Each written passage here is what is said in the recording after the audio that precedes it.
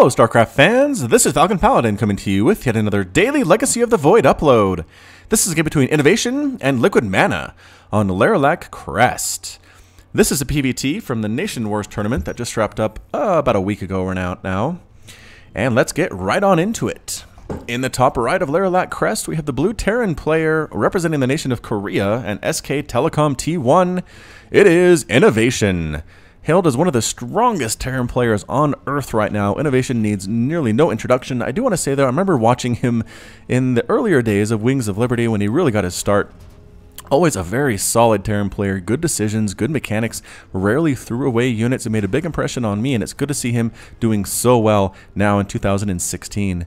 And in the top left of Lerilak Crest, we have the red Protoss player. It is Team Liquid's MaNa, hailing from Poland. He has also been around for a really long time, so both these players have hundreds of hours, if not thousands of hours under their belts of StarCraft 2, maybe even moving in to the tens of thousands. I don't know how the math adds up. They've both been playing for several years now, so we're not going to see any mistakes from these guys.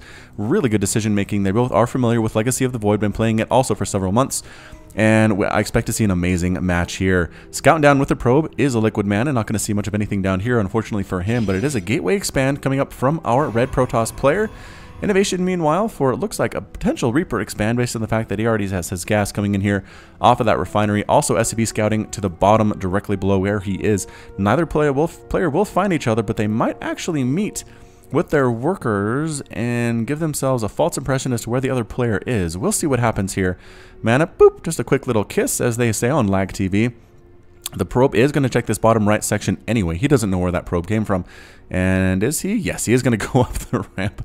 See what's going on. A cybernetics core coming up for MaNa. INnoVation is getting another base. Indeed he is. And is there a Reaper in production? No, going right for that reactor and then walling off to prevent any filthy, or I want to say sneaky adepts from getting up into his base here. The SCV did check this base unnecessarily, I guess necessarily, but there's nothing there to see. And the SCV going to head up to actually correctly scout where the opponent is. Both players going to the wrong location as their very last option, which is always kind of embarrassing, but really unavoidable when you think about it. So double Marines coming out here for INnoVation. MaNa is indeed making an adept, getting warp gate research. Can the probe get inside? Oh, the probe gets inside. INnoVation with the golden ticket saying, hey, probe, why don't you walk inside my base and start harassing my SCVs? So he gets in, he sees there is no double refinery, which means it's probably not going to be Banshees, which is nice. Nothing to have to worry about there. Does end up dead, but again, it did see the timing on this command center. Did also see the double pumping Marines, as well as the factory being built. And here comes this Adept. The Adept can get through with Psionic Transfer if these supply depots remain down. I'm not sure what INnoVation is trying to do here. But here we come. The Marines are going to try to kill this before it can actually get on in. The Adept running for its life. Can it actually transfer before it dies? No! Excellent stutter step micro there from INnoVation. And the Adept does die before he can get inside. That's why he left the supply depots down. He didn't even worry about it. He said, I have enough Marines to actually take down that Adept before he can get inside and get any scouting information at all. I am that good, and I'm not even worried about it. Starport coming up. 1-1-1 build. Destiny Cloudfist. Very strong here from INnoVation. And getting a orbital command on this command center as well. 5 Marines heading on out. Actually, is that 6? 6 Marines heading on out. Going to try to make some mischief. What is the answer going to be? It looks like an Adept going to try to two-shot some of these Marines. The Sentry going to be in here as well, maybe with some force fields. The Adept has killed 2 Marines, but might end up dead if it can't make it up to the ramp in time, and it does survive. Just barely. The Marines now going after these workers, forcing a full retreat. 2 probes die immediately. The other 3 are fleeing for their lives. A Cyclone in production for INnoVation as well. Here comes a Mothership Core trying to stab these Marines in the head. Sentry as well trying to use its beam ability. And the Marines, are they going to stand on in? They do kill 1 more Adept, but all the Marines end up dying. So it was 2 Adepts, 3 workers. That's closer to 2 workers here on this attack. In exchange for 6 Marines, probably a fairly even exchange right now. Both players are at 30 workers. Liquid MaNa making a Warp Prism. Going to go for that Adept Warp Prism drop, which is something that we've seen quite a bit in this particular matchup. INnoVation, meanwhile, is getting a Liberator and a tank and a couple Marines. And here comes the Cyclone. Going to harass stuff. Going to try to take down this Warp Prism, but no. Force Field's trying to keep... Oh, trying to trap the Cyclone. Couldn't quite do it, but did force the Cyclone to retreat. And the Warp Prism will head on out. The Cyclone going to try to angle it off. Find its attack path here. Woo, dodging it very carefully, though, is MaNa. Going up the north path. A little bit safer. Cyclones can't really get up there. And then faking on down. Why is he unloading here? Oh, and putting sentries and stalkers inside this instead. The Liberator might get some shots off. Dodged once again ably. by MaNa. Going to try to come in, and the Cyclone using that lock-on ability. Doesn't take many hits to get rid of the Warp Prism. And is it going to kill it? Yes, the Warp Prism does fall. MaNa not able to get inside that main base. Adepts are attacking back here, trying to kill what they can, getting rid of Marines. A lot of Marines are here, though, and the Adept does end up evaporating. Tank fire from the high ground, actually from the ramp, chasing away MaNa's sentries and stalkers. And then moving on in bunker, set up with 4 Marines inside. A pretty good defensive position here, especially if the Liberator goes into defender mode against these stalkers as well. But INnoVation being very aggressive at this point. Trying to find an angle of attack here, trying to get a free supply depot. I'm not sure why that one was planted. Perhaps it was the starting of a wall, but it's gone now. INnoVation losing that supply depot. Does not supply block him, but it is very close. He only has 2 hit points remaining, or 2 supply remaining until he is supply blocked. Meanwhile, back at the Terran base, MaNa is getting another Warp Prism to replace the one that he lost. More Adepts in production. Is he working on a 3rd Nexus? I'm going to save up for that. Not quite yet here. Looks like he might want to wait for INnoVation to take his 3rd. Worried about a 2-base push, which can be very strong here in Legacy of the Void. Tanks. Let's see. Tanks continue to be in production. That's the 2nd tank out. 3rd tank in production now. Twilight Council on the way. Got to be for the blink for those stalkers. MaNa setting up a bit of a contain here on INnoVation. He's going to go ahead and pressure at the front while the Warp Prism drops in the back. He has to be very careful, though. These tanks can do extra damage to stalkers, considered they are armored units. The sentries are not going to be much use here either. They're really best used to keep Terran units from retreating with their force fields rather than being super aggressive, although force fielding off a bunker can be very nice as well. So here comes the Warp Prism. It looks like MaNa decided instead to go ahead and elevator up his units into the main base. A missile turret just now completes, though, and able to drop all of the Adepts, however, and the missile turret does end up falling. Marines hustling on over to try to deal with this. There's a stalker on the low ground trying to shoot on up the tank, trying to get in position to get rid of these guys, and one tank does end up falling to siege fire.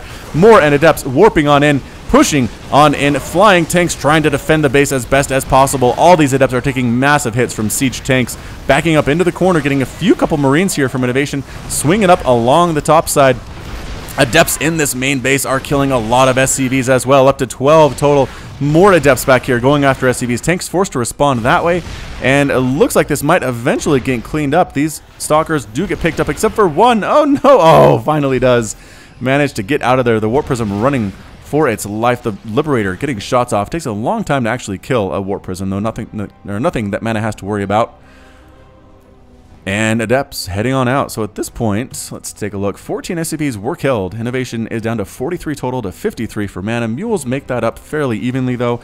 Income tab right now is about 1,300 for both players. So MaNa has really only managed to kind of even the score at this point. Liberator heading out for defender mode abilities. Is MaNa ready for this? He doesn't really have a cannon here. He doesn't have any stalkers in his mineral line either.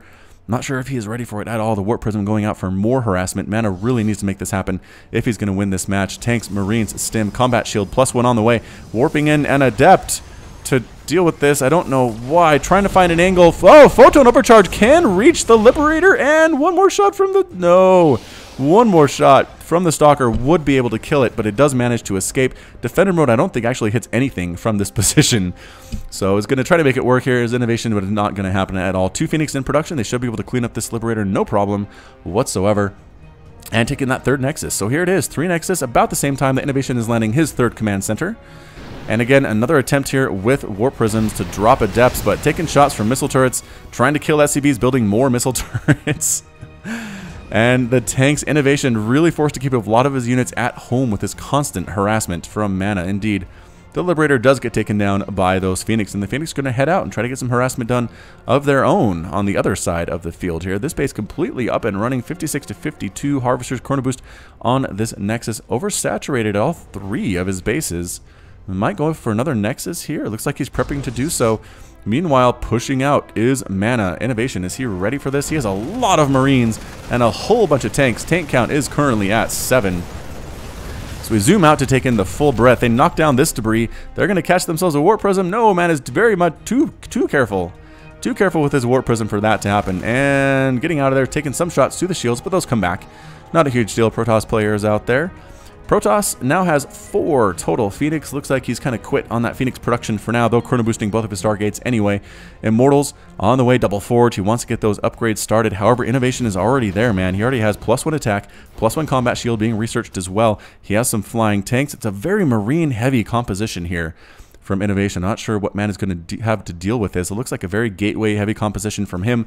An Immortal, but no Disruptors. He does have Phoenix, but not that good against this many Marines, and forced to retreat in the face of this attack from INnoVation. The Immortals are trying to kill what they can. Guardian Shield is up, trying to mitigate a lot of that damage from the tanks and from the Marines, taking out a siege tank on the ground there, but the Marines are absolutely mowing through these Immortals, through these Stalkers, trying to fly in with the Phoenix to kill some stuff, but again, the Marines just chase them back as well. Does not look good here for MaNa. He has some Adepts rolling on in. Adepts, again, very good against Marines, but tanks can chase them back as well. Reinforcing units are streaming across the map right now from INnoVation.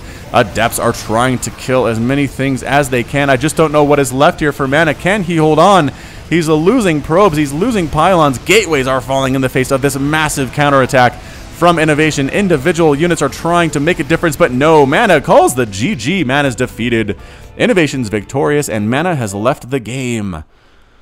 So that's it, a fairly quick match, and when all is said and done in Legacy of the Void. But again, I thought the harassment from MaNa was very good. He was able to kill a bunch of workers there. In the end, a total number of 17 SCVs were removed from the face of the map, but INnoVation was not to be dissuaded. He continued with his plan. He continued getting Marines and tanks, and in the end, his army supply was just way heavier. There was no way MaNa was going to be able to deal with that many Marines, that many tanks, as well with Liberator support. He tried to get some Phoenix, but again, he needed something to deal with those Marines. Disruptors might have been good.